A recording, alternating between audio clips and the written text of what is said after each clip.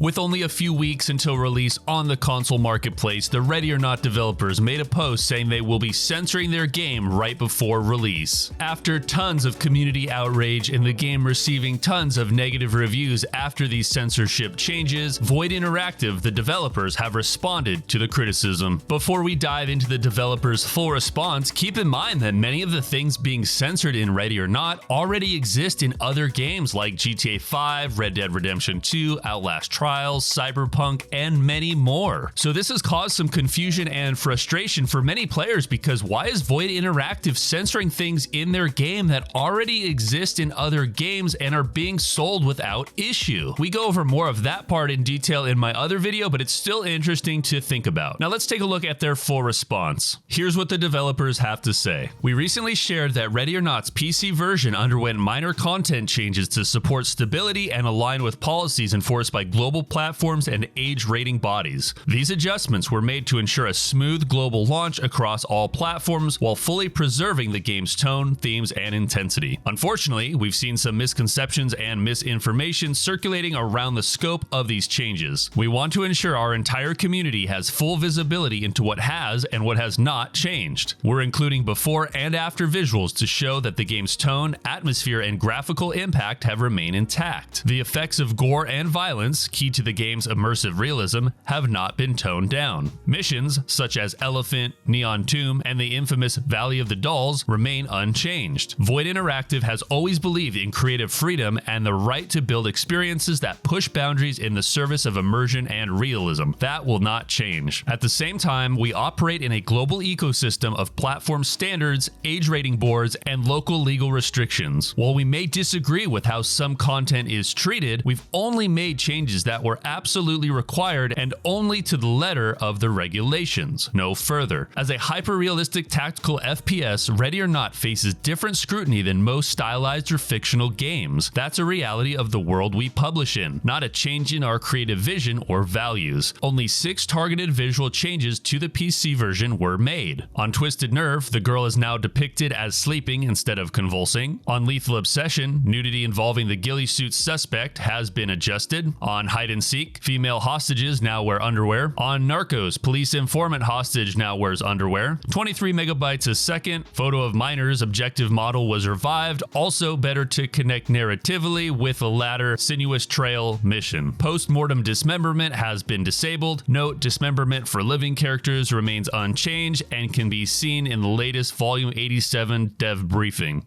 Okay, so is there anything in here we didn't already know? Well, not really. They told us what these changes would be in the last community briefing, and nothing in this update is really anything new to anyone. What is interesting to note is the part saying Ready or Not faces different scrutiny than more stylized or fictional games. That's a reality of the world we publish in, not a change in our creative vision or values. Now, I have no idea how ratings work, but I'd be surprised if rating companies arbitrarily dish out ratings, so I'm not sure why Ready or Not faces more scrutiny compared to other games on the marketplace. Again, many of the themes in Ready or Not already exist in other games, and I don't recall those games needing to be changed or censored. All of these games are fictional. I mean, they're all pixels on a screen. There's no real-life footage or video of anything in here. Everything in here was digitally created, and it's a form of art. So I'm not sure why all games don't face the same rating conditions. If Ready or Not has to tone down nudity or gore elements for ratings, why doesn't Outlast Trials have to do the same thing? I would argue the gore in that game is much more relevant and present than in Ready or Not, and Outlast also has a higher presence of wieners. Moving forward, I can see why many are upset at these censorship changes, as censorship is really not a good thing because people should be allowed to create and express what they want, especially when it comes to art or fiction. I think many are also upset these changes are coming right before console release as well. Many find it hard to believe that they just found out about these censorship or rating requirements only a couple weeks before release and after they're already taking pre-order money. So didn't the rating companies already see what's in the game and rate it? Are there different rating scales based on the marketplace or platform? The game is rated M for mature, so isn't that enough to tell consumers that there are a lot of mature themes in the game, and isn't it up to the one playing it to decide if they like those themes or not? It really would be interesting to see how ratings are given and how that actually works internally. Does one person just go down like a checklist? Do they just play the game and go,